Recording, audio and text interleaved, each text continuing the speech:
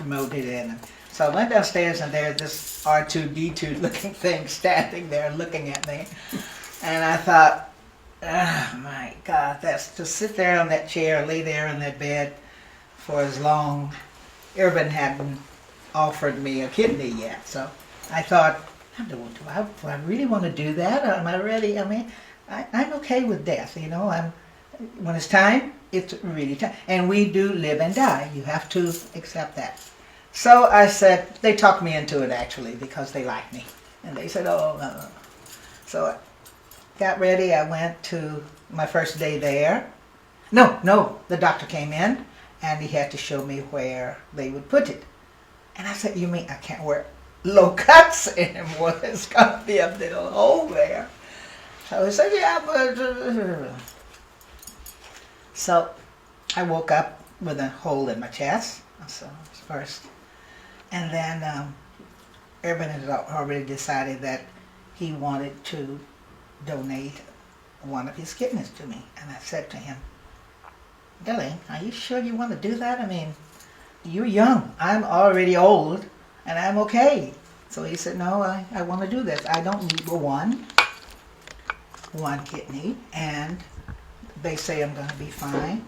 They did checks on Urban, found that he was not only 100%, he's 150%. So I thought, oh my goodness, I'm going to run a marathon when I get this kidney. So I went in. Designated time is right away because they say when the kidneys fail you, the next thing is toxins that start. On my stomach had come little pimples all over. I was constantly diarrhea. I couldn't eat. I was just surviving from bedroom to toilet, and just, I guess that's what happens when you die. You just diminish slowly and slowly and slowly. So they hooked me up to the machine. And then I found that certain days when they take away too much water, you're really lifeless, you're really without energy at all. You can hardly walk from the car into the house. And that meant they took too much water. They have to measure you first, what they take from you, what the body has collected. And sometimes I felt great. I felt like running out of there.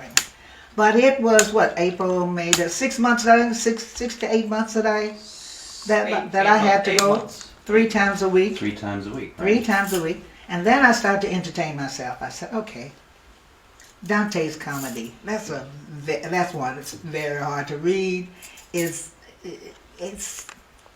really stirs your brain a little bit because it's dealing with something that we don't know about anyhow.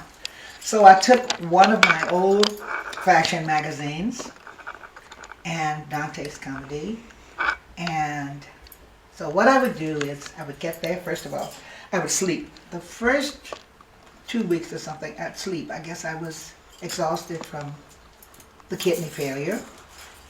And then I would wake up and it would be lunchtime. So I found this great, what do they call the sweet place here, darling? Well, where you buy the sweets? Bäckerei. Bäckerei. How do you say? Bäckerei. Bäckerei. And they had these wonderful sweets. So I would have this wonderful sweet after waking up, and that was really something I looked forward to. So I would sit there and eat this This thing was like a plum with the sweet. It was. It looked like those veggie sandwiches. It's about so long.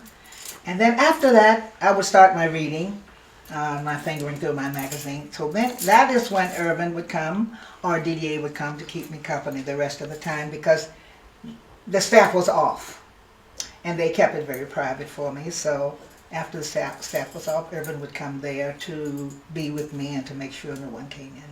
Was that difficult for years to keep it private actually? I mean, you went 3 times a week into a public hospital. I guess it's a challenge not to... kind of a clinic. Okay. It was kind of the Dialysis. That's the only people they have there is the Dialysis people, and they came in at 8 o'clock in the morning, so they were finished when I came in at 4 o'clock in the evening, and they were aware that I didn't want it to get to the press. Sorry, guys, and yeah, I just didn't want it out. I wasn't ready for them to know that about me, because I never even thought that that would happen from high blood pressure, which I always had. But then you had the kidney transplantation. Now you look gorgeous. You feel good. And now, yeah. why do you decided to write a book now about this and about your life, basically? Yeah, well, at the time when Itina was written, I wrote it to stop people talking to me about Ike. I was just fed up with it. I felt that people needed to know what that life was like. Now I believe people want to know, of course, a little bit more, maybe a little bit part of the part that Disney couldn't write. As they said, it's so bad, Disney can't write it. So maybe now, writing a book again about the bad part, the part where it was really struggle. I decided I'm going to tell the story now. Ike is gone to Woo Land, and I hope he's happy. And yeah, I'm just going to give away the whole story. The last time we talked, you said you were thinking a lot about the meaning of life, the beauty of life while you were in that clinic. What's going to be the message of the book? Endurance. To live through a situation. I tried to commit suicide. I tried to take pills. I tried to escape. How can I say? Sometimes it's things that it looks like you're destined to have to go through. And even with all that I was living through, I came out of it. Each time I kept coming back. So I decided, well, maybe I'm supposed to live. Maybe I am to be here for some reason. So that's when I decided to try my best to leave. I was ready to die anyhow. I could have died any moment from a lick from Ike or whatever he might have hit me with. And that is when I made the move to go. And I'm writing the book now about what the life was at that time. It's really bad. It was bad from day one, which I knew, but I wanted to sing. I really thought it was going to get better. I thought he would go on to someone else. Because that was being naive. I was the moneymaker. So. The book will also be about love, about a person you met. When did you meet Irvin? In the... That was after I left, of course, after I left. In the 80s, right? He would have killed us both. No, I'm sorry, I don't mean to jump the gun. No, the love of my life came a year, 87, 88, 86. 86. And I left like 79, 80, 80-ish, right in the 80s, yeah. And it was, life, I have to say, was great after I left Ike. Even though I had no money, the kids and I were struggling, but the fact that I was out of that hell, I didn't need money, I just needed food and to work. And I got food, and I got work, and I moved into the first #1 I'd ever had that I wanted so badly to get, never got. Well, you got it. And I got it. So actually he was holding me back somehow. So how did you meet the love of your life? How did you meet Irvin? Yeah. I was really tired. Roger was really working me, and it was known that I had to work. I was without money, period. So we were doing favors all over the place. Maybe sometimes when there's something Roger wanted to do and he wanted me to do, I really didn't need to do, but I was almost overworked. And I did everything I could to get lifted. I would go shopping. I would go shopping for houses, for clothes, for kitchens. And nothing did it. So we went to Cologne, Germany, and I walked out of the airport really down. It was really one of my moments where I just felt like I was tired. Seems like nothing was going anywhere, but this was what it took to do promotion for my first album, Private Dancer. And I walked out of the airport, and this really unusual looking man, very young, pretty faced, stepped out from behind a column and said, "Hello." I had no idea who he was. I wasn't even expecting anyone to meet us. So he had such open arms that I stepped 2 steps back because I wasn't expecting it. And so I said, "Hello." And then Roger was right behind, so he said, "Irvin, hi. Tina, record company executive, what was it, managing director?" And I said, I would because I was looking at him. I mean, it was like my whole body was shaking like this. My voice was, I couldn't believe what was happening. And so Roger said, "Tina, you ride with Irvin and we'll take this car."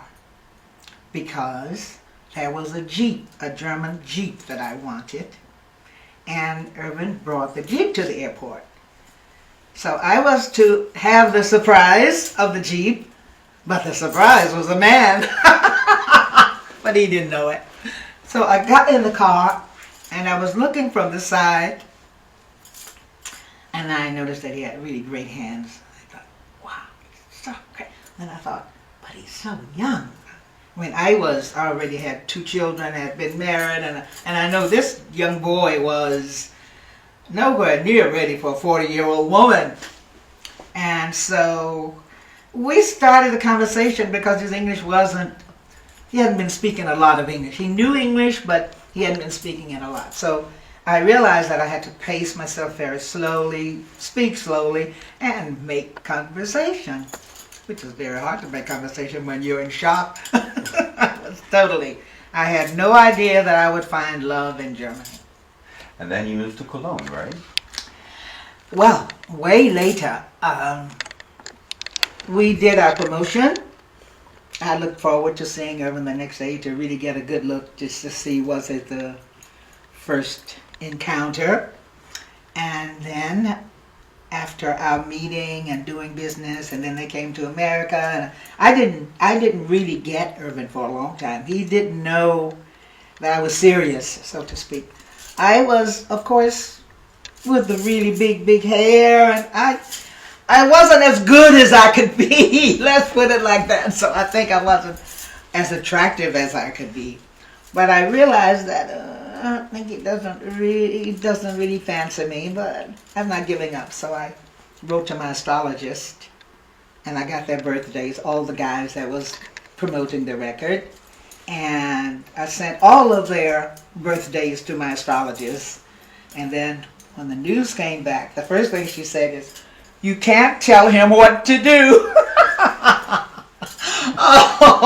Oh my goodness. And then she told me quite a few things about Irvin. And later on I asked, and he said yes, it was true. And he became the love of your life. He became my husband. And the love of my life, yes. And he became the one who donated one of his kidneys to you.